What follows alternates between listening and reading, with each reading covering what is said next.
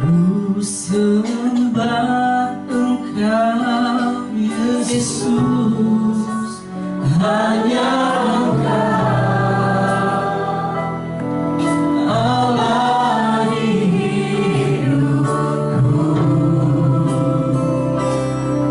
tiada yang lain, hanya Kau, hanya Engkau Tuhan selamanya. Kau tetap Allah walau dunia semua bergoncang, tak tergoyahkan. Kau tetap Allah.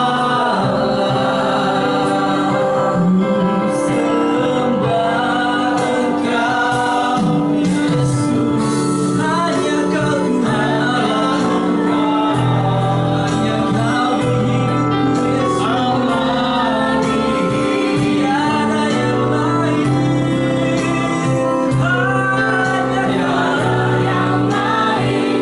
hanya tiada yang lain, hanya Engkau selamanya. Tetap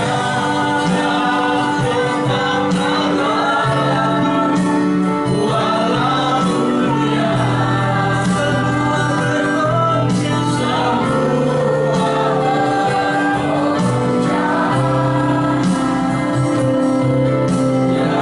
lain, hanya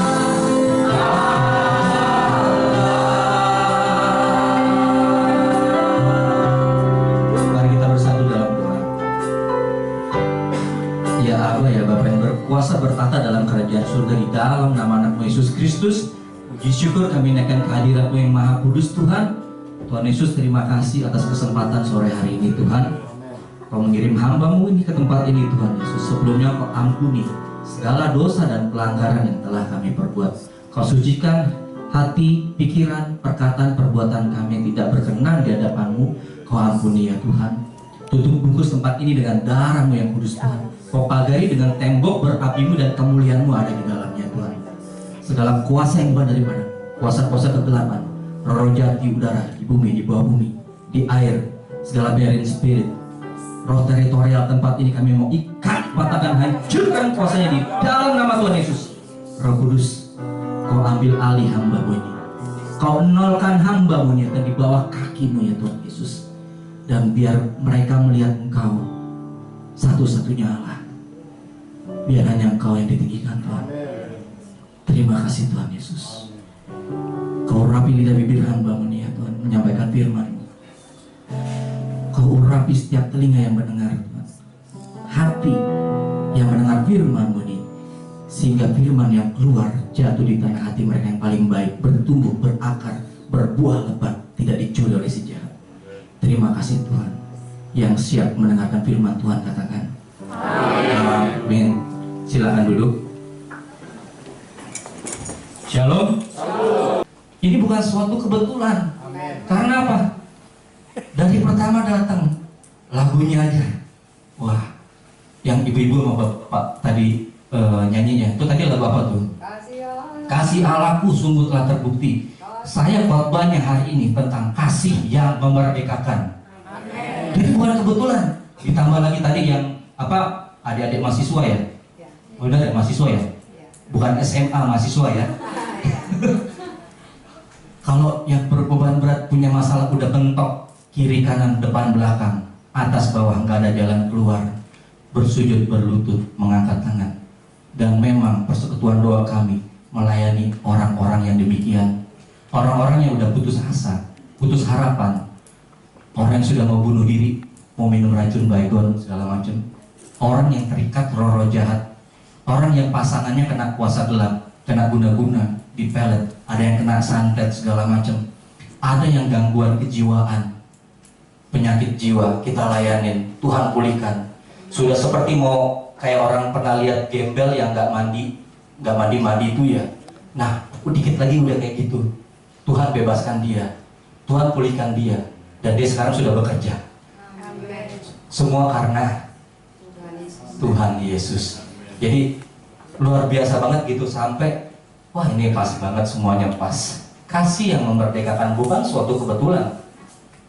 Memang hanya kasih Tuhan yang sanggup memerdekakan kita, katakan amin. Amin. Jadi tadi sebelum kemarin kita pagi ada pelayanan, persekutuan doa kita ada pelayanan. Biasa kita sebulan sekali, hari Minggu kita adakan. Biasa hari Selasa jam 3 sore, tadi pagi jam 9 pagi. Jadi kebetulan ada Ibu Oli juga datang hadir. Terus ada juga kadang Tuhan kirim entah dari mana, kita nggak kenal. Kita kan mainnya hanya medsos aja. Tuhan bisa kirim yang dari Tangerang Selatan datang. Tadinya minta didoakan mamanya kena cancer, sudah badannya udah kurus kering, tinggal kulit sama tulang doang, pakai kursi roda.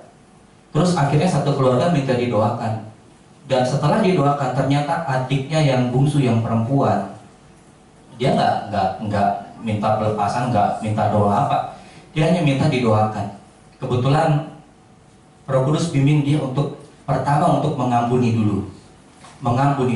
Setelah dia mengampuni, baru yang namanya pengakuan dosa atau confession. Dan setelah dia mengampuni suaminya, ini umumnya orang yang paling menyakiti hati kita, yang membuat kita luka batin, adalah orang yang paling dekat, bukan orang jauh. Betul? Apa ada di sini yang begitu juga? Jadi singkat cerita, Tuhan melawat dia. Tuhan menjamah dia dengan kuasanya yang tak terbatas. Dan orang ini menerima pelepasan. Rumah tangganya berantakan, belum cerai tapi berantakan. Dia kepahitan sama suaminya. Akhirnya Tuhan jamah, Tuhan lawat, terjadi kelepasan. Orang ini terikat oleh Lucifer. Dan di dalamnya dia terdapat legion. Bukan satu legion saudara, 11 legion. Satu legion di zaman tentara Romawi terdiri dari 4.400 pasukan. Artinya satu legion 4.400 roh jahat dikali 11, bisa hitung sendiri. Tapi ajaibnya, dahsyatnya Tuhan kita, seberapa banyaknya roh jahat yang mengikat orang itu, Tuhan Yesus sanggup membebaskan orang itu. Amin. Hanya Tuhan Yesus yang sanggup. Amin. Di minggu ini banyak mujizat. Kuasa Tuhan itu tidak dibatasi oleh ruang dan waktu. Enggak dibatasi ruang dan waktu. Mau dari luar negeri telepon juga ada. Tuhan bisa jamah. Mau yang dari Surabaya, mau yang dari Lampung, dari mana-mana telepon. Minggu ini ada telepon dari Kalimantan. Dari Kalimantan hari Rabu kemarin ada telepon malam-malam. Pertama sih awalnya dia minta didoakan rumah tangganya. Pemulihan, Pak tolong doakan rumah tangga kami mengalami pemulihan. Akhirnya saya korek-korek lagi, rupanya suaminya ini kena mohon maaf, BAB-nya tuh keluar darah. Sudah 6 bulan dan sudah berobat dia ke dokter. Kata dokter nggak ada apa-apa, nanti sembuh sendiri. Tapi nggak sembuh-sembuh dan 6 bulan. Saya cuma tanya satu doang sama ibu ini. Bu, saya mau tanya, di rumah ibu suka ada kejadian aneh nggak yang di luar nalar? Betul Pak, dia bilang. Di rumah kami sering terdapat kejadian aneh dan juga sering terjadi penampakan. Jadi bahkan ibu ini sering namanya ketindihan ya, atau rep-repan. Ketindihan atau rep-repan itu biasanya menjelang maghrib ke atas. Dia ketindihan ke rep-repan sampai bajunya koyak, saudara. Sampai bajunya koyak. Ini di Kalimantan. Oh, saya langsung Roh Kudus kasih tangkap. Oh ya, tahu. Jadi langsung dikasih hikmat. Ada orang yang mengguna-guna perempuan ini dengan mengirim roh jahat atau jin untuk mengikat perempuan tersebut. Dan suaminya disantet sama orang yang ngerjain istrinya ini. Dan setelah saya tuntun, saya bilang, Ibu, tolong mau didoakan kan? Iya. Handphonenya tolong taruh di meja, pakai loudspeaker. Jangan ibu sentuh itu handphone. Karena kita pengalaman beberapa kali mendoakan orang melalui telepon, terjadi manifestasi roh jahat, dicekek, dibanting segala macam, handphonenya langsung dimatiin tuh setannya, blok, dimatiin supaya nggak didoakan lagi. Jadi berdasarkan pengalaman tersebut, taruh handphonenya di meja, pakai loudspeaker, jangan sentuh apapun yang terjadi. Akhirnya saya tuntut dia untuk pertama pengampunan, melepas pengampunan, karena salah satu legal right atau pijakan sah iblis untuk mengikat manusia yang utama adalah kepahitan atau tidak mengampuni. Saya tuntut dia untuk mengampuni, karena percuma kalau kita nggak mengampuni orang. Kita mau sujud nih 24 jam, mau nangis-nangis, mau jungkir balik minta ampunan Tuhan, percuma, nggak bakalan diampunin. Sebelum kita melepas pengampunan, ampunilah maka kau akan diampuni. Firman Tuhan berkata demikian. Setelah ibu ini melepaskan pengampunan, ya saya ampuni si A, si B, si C. Dan yang kedua, sekarang ibu akui dosa ibu di hadapan Tuhan. Roh Kudus mau menjamah ibu, mau membebaskan ibu. Ibu akui dosa ibu. Dia mulai akui, Tuhan ampuni saya berzina. Langsung tanda kutip orang ketiga itu. Saya suka mengeluarkan kata-kata kotor, ampunin saya. Dia mulai pengakuan dosa, Kalau orang yang dikirimin guna-guna, dikirimin roh jahat, satu tujuannya untuk mengikat perempuan ini supaya dia tertarik sama perempuan yang mengirim. Yang kedua, memutuskan hubungan suami istri, hubungan batin antara suami dan istri itu diputuskan, sehingga istri melihat suami jadi benci. Gara-gara hal sepele aja, itu udah kayak rumah tangga tuh kayak kena bom, boom, terjadi amarah, pertengkaran yang hebat gara-gara hal sepele.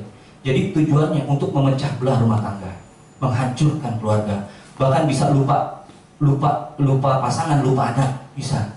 Dan bahkan dia nggak takut Tuhan, nggak peduli sama moral lagi, nggak apa-apa, mau masuk neraka juga nggak apa-apa demi dia, gitu. Jadi udah nggak logis lagi gitu. Jadi karena ada ulah roh jahat yang mengikat orang tersebut. Jadi singkat cerita, setelah dituntun pengakuan dosa, didoakan by phone, pakai telepon, terjadi manifestasi, dia teriak-teriak, meraung-raung, kemudian keluarlah itu semua kiriman-kiriman. Dia muntah, suaminya pun menerima lawatan. Singkat cerita, ibu ini dibebaskan dari guna-guna, dari roh jahat kiriman, dan suaminya dilepaskan dari santet. Besoknya saya follow up lagi. Kebetulan besoknya malam Jumat, hari Jumatnya saya follow up pagi-pagi. Dia bilang, Pak, biasanya saya kalau malam Jumat tidur itu seperti kesambar petir, Pak. Maksudnya seperti ketindihan. Dan puji Tuhan, malam ini saya tidur nyenyak sampai pagi. Beri kemuliaan bagi Tuhan. Dan saya tanya suaminya, nah suaminya bagaimana? BAB-nya sudah mulai berkurang, Pak, darahnya. Terjadi penyembuhan. Amin. Yang menyembuhkan, yang membebaskan bukan saya, tapi Tuhan Yesus Kristus. Amin, saudara. Amin. Jadi kuasa Tuhan tetap sama. Makanya tadi anggur baru tercurah, memang Tuhan mau mencurahkan rohnya di sini. Urapannya mau dicurahkan di tempat ini. Yang terikat akan Tuhan lepaskan, yang sakit Tuhan sembuhkan, yang berbeban berat, letih lesu akan menerima kelegaan. Roh Kudus akan beracara di tempat ini. Amin. Percaya ya. Amin. Kita mulai masuk tema khotbah, kasih yang memerdekakan. Di dalam perjanjian lama, bangsa Israel diperbudak oleh bangsa Mesir selama 400 tahun dengan penderitaan yang begitu sangat hebat, begitu luar biasa. Karena apa? Karena jumlah populasi bangsa Israel saat itu semakin bertambah, sehingga Raja Mesir saat itu, Fir'aun, menjadi sangat takut. Apabila bangsa Israel ini menjadi bangsa yang besar, dia akan mengkudeta saya. Dia takut dikudeta oleh bangsa Israel. Akhirnya apa yang dilakukan? Yang pertama, diperbudak lebih berat lagi, dikasih kerjaan yang lebih banyak lagi. Mungkin kalau dulu kalau zaman sekarang mungkin sehari itu 8 jam bekerja, ditambah jadi 15 jam, atau kalau perlu 20 jam. Sehingga orang-orang Israel yang bekerja di perbudakan ini menjadi kelelahan. Dan yang lebih parahnya lagi, untuk menekan populasi, supaya ini bangsa nggak makin banyak.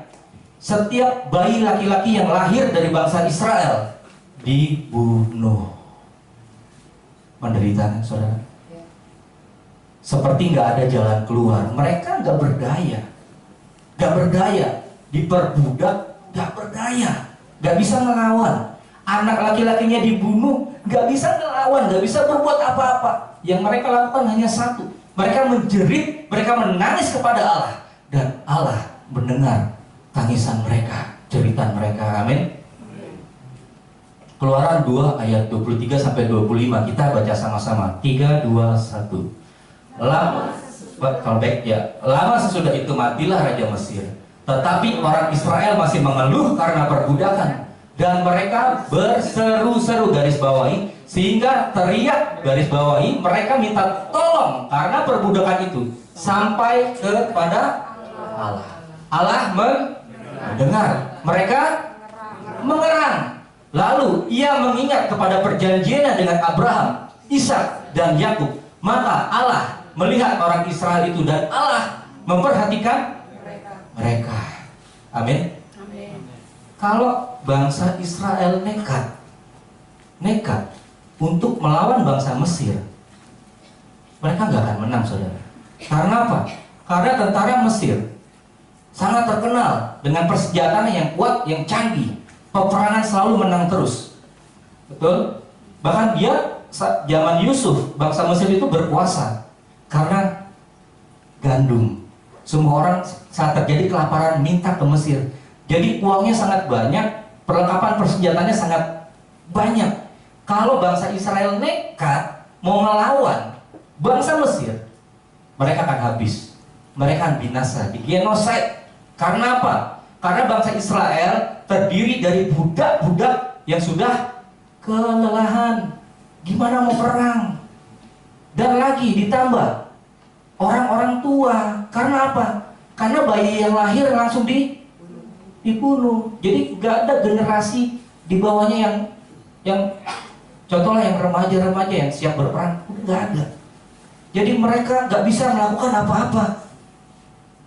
Dan hanya satu yang bisa. Mereka hanya bisa berseru kepada Allah, kepada sesuatu yang lebih besar, lebih hebat, lebih kuat dari bangsa Mesir. Allah, Abraham, Ishak, dan Yakub. Katakan amin. Jadi Allah saat itu mengutus siapa ya? Ada yang tahu? Musa. Setelah Musa, Yosua. Musa dan Yosua membebaskan bangsa Israel enggak? Enggak. Yang membebaskan hanya Allah. Musa dan Yosua hanya alat yang dipakai oleh Allah untuk menyatakan kuasanya yang besar, yang tidak terbatas, dan untuk menuntun bangsa Israel keluar dari tanah Mesir sesuai dengan petunjuk Allah. Jadi yang bisa membebaskan hanya Allah. Mereka hanya messenger of God. Mereka hanya utusan Tuhan. Keluaran 2 ayat 20, tolong next. Akulah Tuhan Allahmu yang membawa engkau keluar dari tanah Mesir, dari tempat perbudakan. Jadi manusia tidak bisa menyelamatkan. Hanya Tuhan yang bisa. Katakan amin. Tanah Mesir melambangkan tempat perbudakan dosa. Di sana, kalau di zaman sekarang itu gambaran tempat perbudakan dosa. Terdiri dari okultisme, dosa sihir, ahli tenungnya banyak. Kemudian apa? Pembunuhan. Kemudian apa? Perzinahan dan lain sebagainya. Penyembahan berhala. Begitu banyak. Dan hanya Tuhanlah yang sanggup membebaskan kita dari semua perbudakan itu. Katakan amin. Tolong next.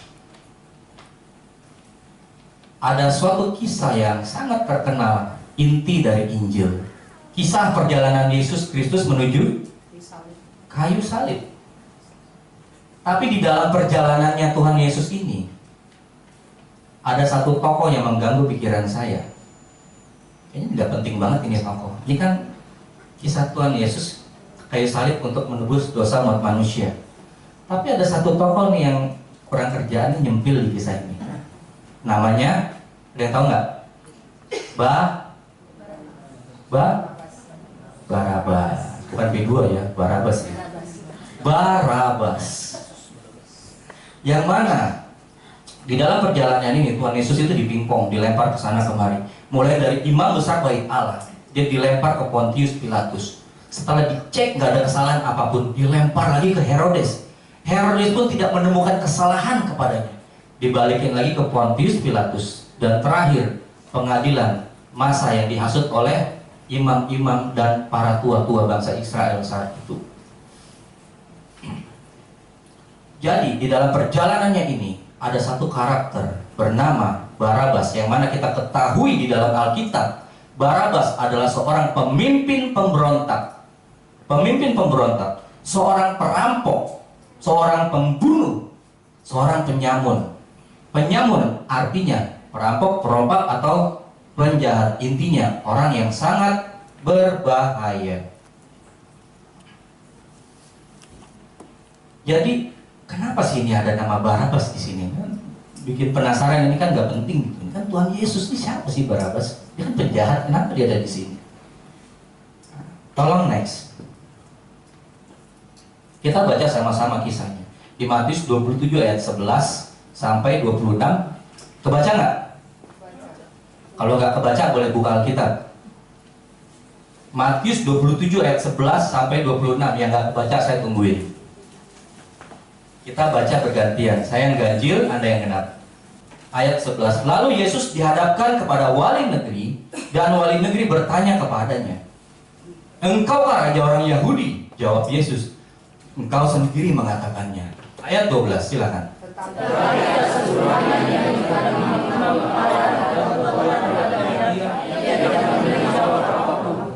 Maka kata Pilatus kepadanya, "Tidakkah engkau dengar betapa banyaknya tuduhan saksi-saksi ini terhadap engkau?" Ayat 14.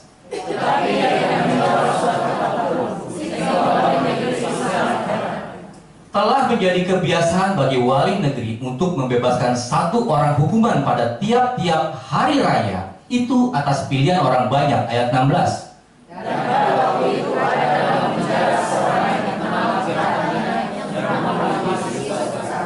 Yesus Barabas, garis bawahi.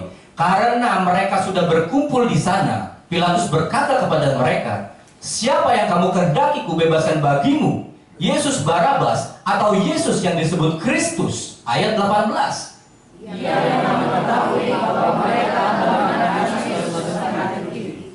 Ketika Pilatus sedang duduk di kursi pengadilan, istrinya mengirim pesan kepadanya, "Jangan engkau mencampuri perkara orang benar itu, sebab karena dia aku sangat menderita dalam mimpi tadi malam." Tolong next. Ayat 21.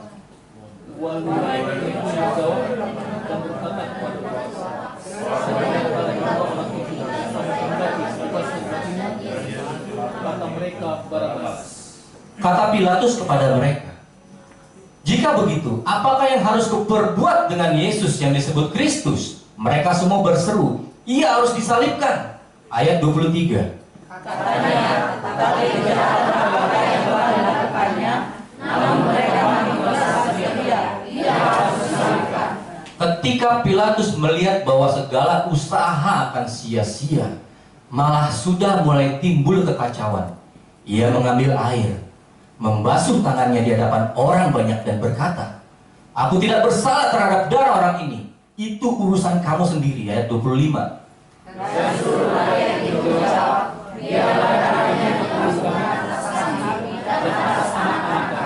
Lalu ia membebaskan Barabas bagi mereka, tetapi Yesus disesanya, lalu diserahkannya untuk disalibkan. Jadi pada momen ini saudara, tolong next. Pilatus berpikir bahwa ia memegang kuasa atas nasib kedua orang ini.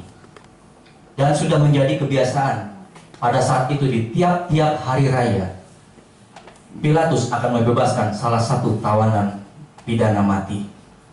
Jadi pada momen ini, Pilatus menampilkan Yesus Kristus the Son of the Living God, anak Allah yang hidup, versus Barabas, penjahat kelas kakap.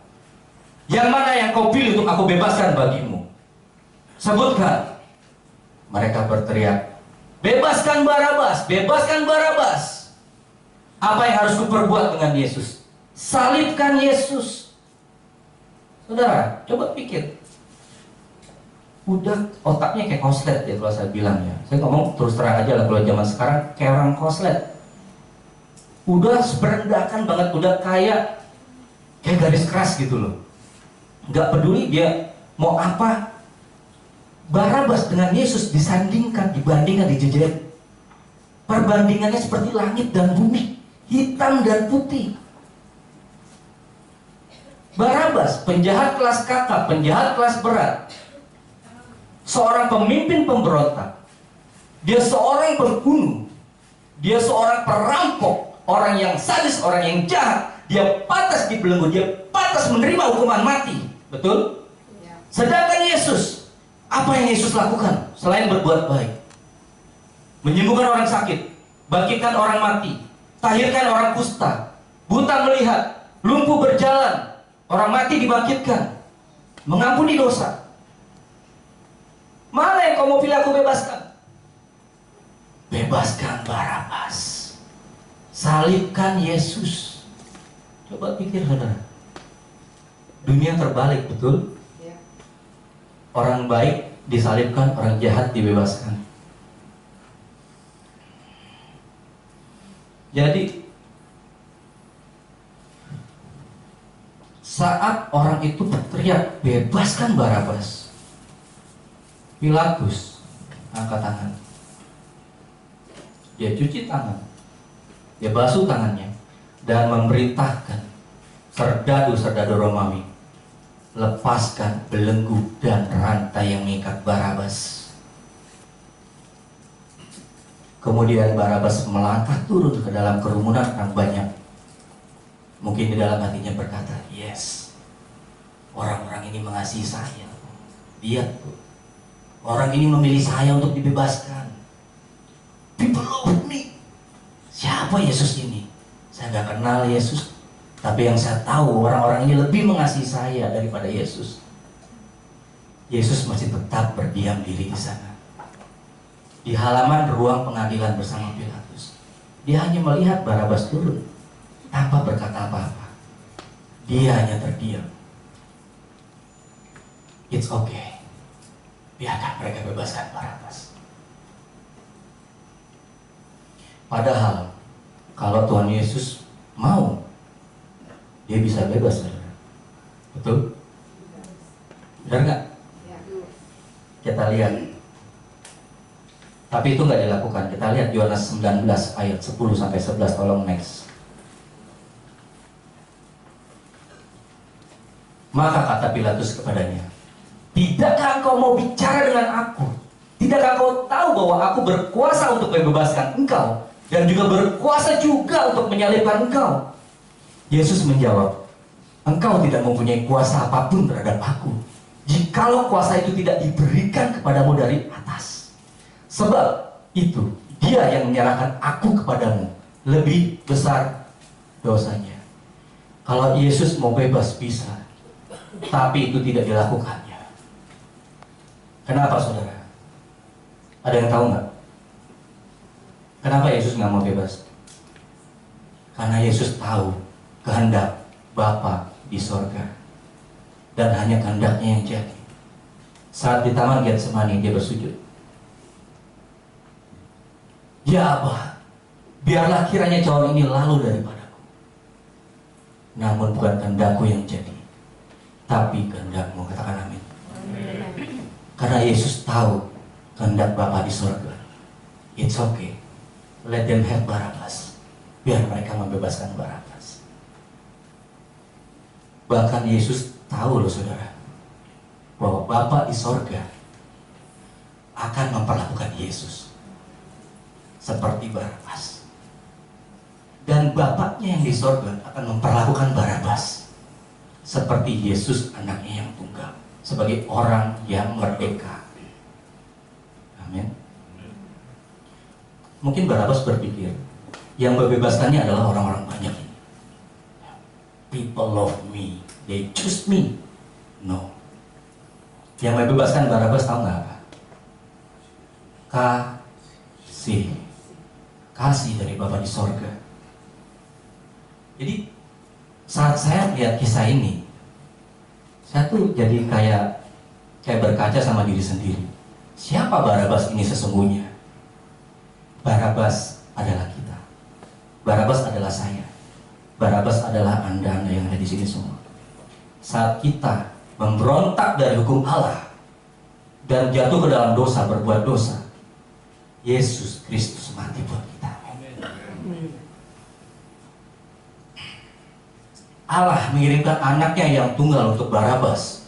Walaupun Allah Bapa tahu mungkin Barabas akan pergi meninggalkan Yesus begitu aja dan tidak pernah kembali kepada Yesus untuk berterima kasih. Tapi Bapa tetap mengasihinya. Tolong next.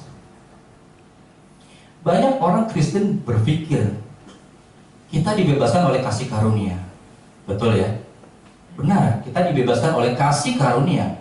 Tetapi banyak dari orang Kristen yang sudah menerima keselamatan, yang sudah dibebaskan, yang sudah menerima kasih karunia, diselamatkan oleh kasih karunia itu, masih jatuh ke dalam lembah dosa yang gelap.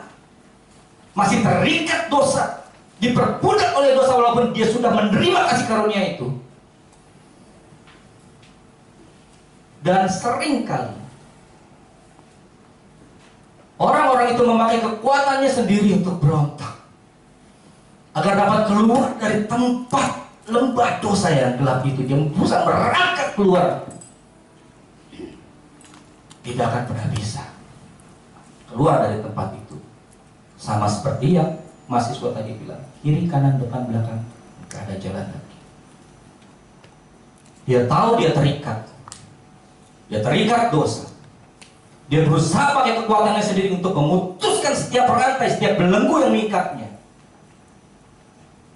Gak akan bisa. Gak akan pernah bisa. Kenapa saudara gak bisa? Mau tahu nggak? Karena kita bukan tandingan. Kekuatan kita gak sebanding dengan roh jahat, setan-setan yang begitu berpengalaman selama ribuan tahun menjatuhkan umat manusia. Adam dan Hawa aja dalam kekudusannya bisa jatuh. Daud aja bisa jatuh. Dia begitu berpengalaman untuk menjatuhkan orang ke dalam dosa. Dan saat kita pakai kekuatan kita sendiri, gak ada jalan keluar apa-apa di situ. Kita hanya akan menambah jumlah statistik orang-orang yang dikalahkan oleh setan dan dilemparkan ke neraka. Saat kita pakai kekuatan sendiri, nggak ada jawaban apa-apa di dalam diri kita, nggak ada keselamatan apapun di dalam diri kita. Mungkin banyak orang berpikir, saya kan punya pasangan, saya punya backing, saya kaya, saya punya harta yang banyak, saya banyak beramal baik, saya IQ-nya tinggi, saya pintar. Itu nggak akan bisa menyelamatkanmu. Pasanganmu, backingmu, hartamu, amal baikmu, kepandaianmu, semua yang kamu miliki tidak akan bisa menyelamatkanmu. Tidak bisa menyelamatkan keluargamu, pernikahanmu, karirmu, usahamu, dan bahkan tidak bisa menyelamatkan anak-anakmu. Yeremia 17 ayat 5 berkata, beginilah firman Tuhan, terkutuklah orang yang mengandalkan manusia, yang mengandalkan kekuatannya, dan yang hatinya menjauh daripada Tuhan. Untuk mengalahkan itu semua, kita harus melekat dan mengandalkan kepada sesuatu yang lebih kuat, yang lebih hebat dan lebih perkasa daripada belenggu itu, daripada dosa itu, daripada setan dan roh jahat itu. Dan hanya satu yang bisa, hanya satu-satunya yang bisa. Nggak ada nama lain di bawah kolong langit ini yang mana manusia bisa diselamatkan. Hanya satu, dia bernama Yesus Kristus. Amin. Hanya dia yang bisa menggantikan kita atas semua dosa-dosa dan pelanggaran kita. Hanya dia satu-satunya yang berdiam diri di ruang halaman pengadilan bersama Pilatus dan berkata, yes, let them have Barabas, take me. kesalahan Barabas. Seberapa sering di posisi kita, saudara? Kita di atas pelataran ruang pengadilan bersama Yesus dan Pilatus, dan kita adalah Barabas.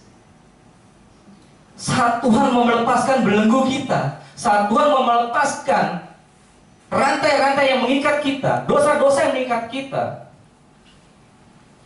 kita pakai kekuatan sendiri. Kita pegang erat itu semua dosa. Kita nggak mau melepaskan belenggu itu. Kita nggak mau melepaskan semua rantai itu. Kita nggak mau bertobat sungguh-sungguh, berbalik kepadanya. Seberapa sering saya sering doa itu nangis, bisa tahu isi hati Tuhan. Tuhan itu benar-benar, dia tuh ngebet banget mau menyelamatkan kita. Tapi sering kali orang yang mau diselamatkan itu menolak untuk diselamatkan. Mereka lebih menyukai dosa, lebih menyukai kedagingan, lebih menyukai hal-hal yang gelap. Saya nangis lihat itu semua. Tuhan mau menyelamatkan, yang diselamatkan melepas pengampunan aja sulit. Padahal Tuhan mengorbankan nyawanya untuk dia. Tapi dia gak mau mengampuni. Dia gak mau bertobat, lebih menyukai dosa.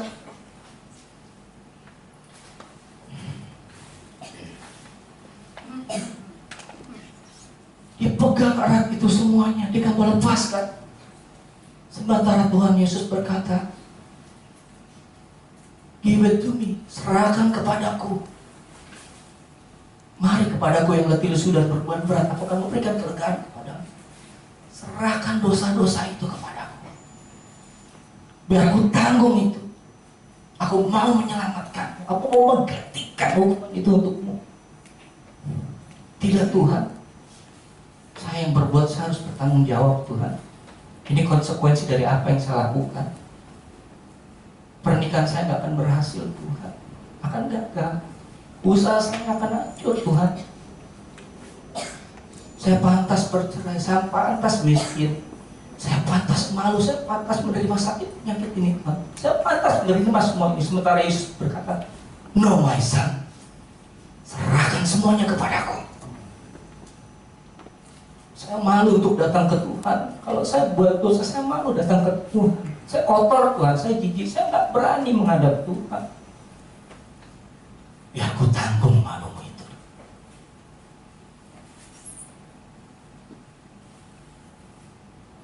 Serahkan semua dosamu kepadaku, kata Yesus. Tolong next Pak. Matius 11 ayat 28. Jemaat yang baca 3, 2, 1. Marilah.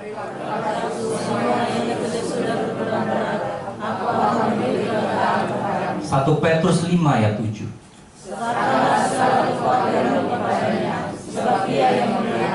Yeremia 17 ayat 7.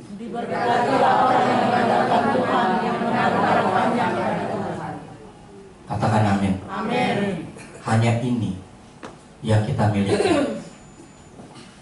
Satu-satunya jalan keluar yang kita miliki, yang saya miliki, yang Anda miliki. Hanya Yesus satu-satunya jalan keluar. Gak ada yang lain.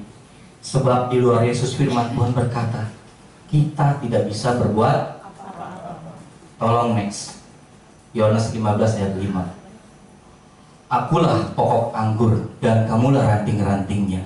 Barang siapa tinggal di dalam aku dan aku di dalam dia, ia berbuah.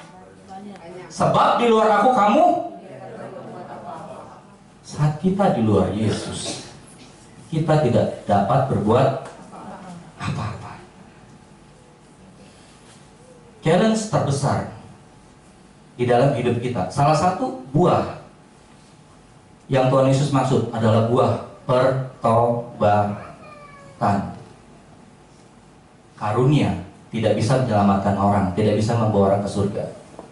Kamu boleh bisa mengusir 1 juta setan, kamu boleh membuat 1000 kali nubuatan, kamu boleh 1000 kali dibawa turun naik surga neraka, melihat surga dan neraka, tapi belum tentu kamu selamat. Tapi hanya satu yang tidak bisa ditolak untuk kita masuk ke dalam kerajaan surga, yaitu kekudusan. Kekudusan tidak akan bisa dicapai kalau kita tidak bertobat. Kita tidak bisa bertobat kalau kita tidak mengampuni. Saat kita mengampuni dan kita mengakui dosa dan kesalahan kita, kita baru bisa bertobat. Barang siapa mengaku dosa dan kesalahannya, ia setia dan adil. Ia akan menyucikannya dari segala dosa. Amin. Jadi tantangan terbesar di dalam hidup kita bukan fokus kita terhadap diri kita sendiri, keluarga kita, pelayanan kita, pekerjaan kita. Tapi tantangan terbesar kita adalah kita dapat mempercayai Allah, Tuhan kita yang ada di Injil sepenuhnya 100%. Karena apa saudara?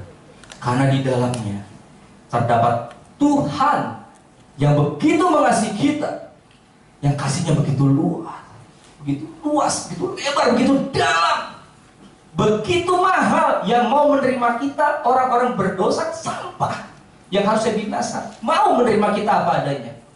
Dan satu-satunya kitab Injil kita di mana Tuhannya mau turun ke dunia menanggung dosa-dosa kita. Let me have your sins. Kitab lain nggak ada Tuhannya turun menanggung dosa, hanya Injil. Katakan amin. Amin. Tolong next. Saat kita menyerahkan dosa kita kepadanya, segala hukuman yang seharusnya kita terima ditimpakan kepadanya. Dan kita semua yang berada di ruangan ini, yang dipenuhi dengan hadirat Allah, dipenuhi dengan pengampunan dan belas kasihan dari Tuhan. Sementara kita melihat di layar Tuhan Yesus berjalan tertatih-tatih menuju tempat penyiksaan, dipukul, dicambuk, dihina, diludahi,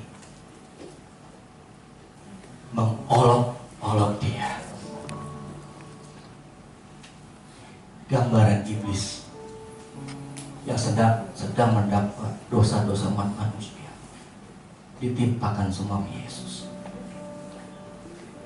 Sementara kita di ruangan ini sebagai orang yang merdeka, dimerdekakan oleh Yesus.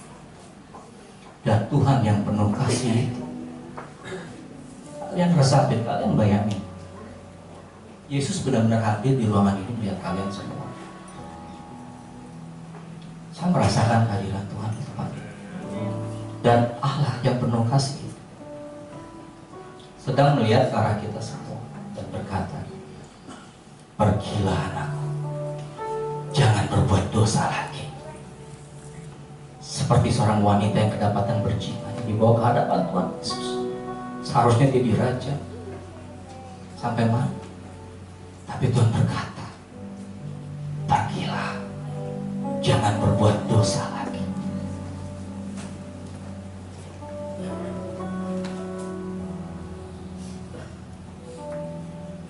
Dan saat kita dimerdekakan olehnya, kita benar-benar merdeka. Tolong next.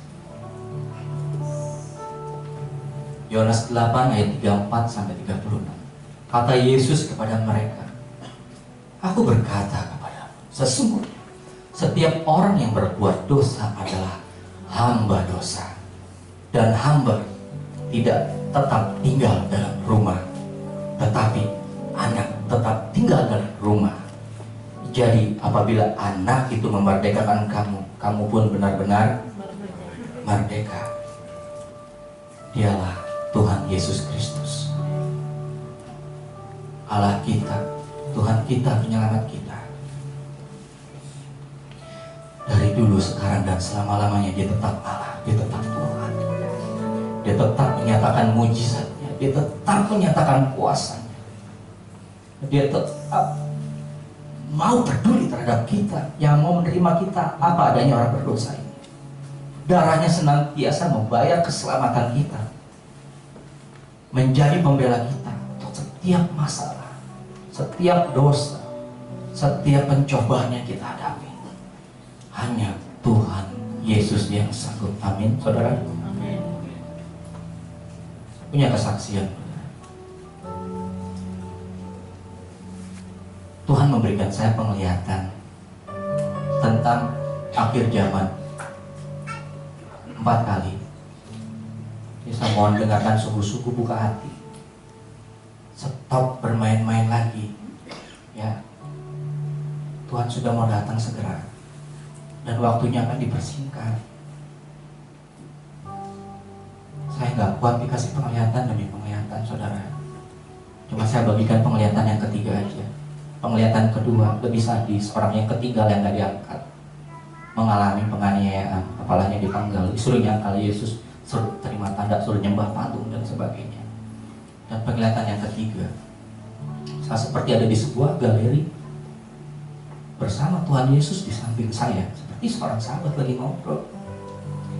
Ada suatu lukisan yang sangat besar, tapi lukisan ini hidup, bergerak lambat, slow motion gitu, saudara. Lukisan itu, Yesus sedang menggendong seorang anak kecil. Yesusnya terbang, dan di belakang Yesus banyak malaikat yang terbang juga menggendong orang-orang. Dan di bawah orang yang gak digendong berpakaian hitam, memegang tombak, terjadi kekacauan. Dan Tuhan Yesus jalan di samping saya berkata,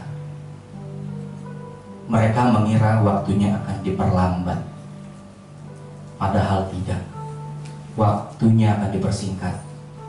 Mereka mengira waktunya diperlambat agar mereka ada waktu untuk bertobat, tetapi mereka tidak mau bertobat dari dosa mereka.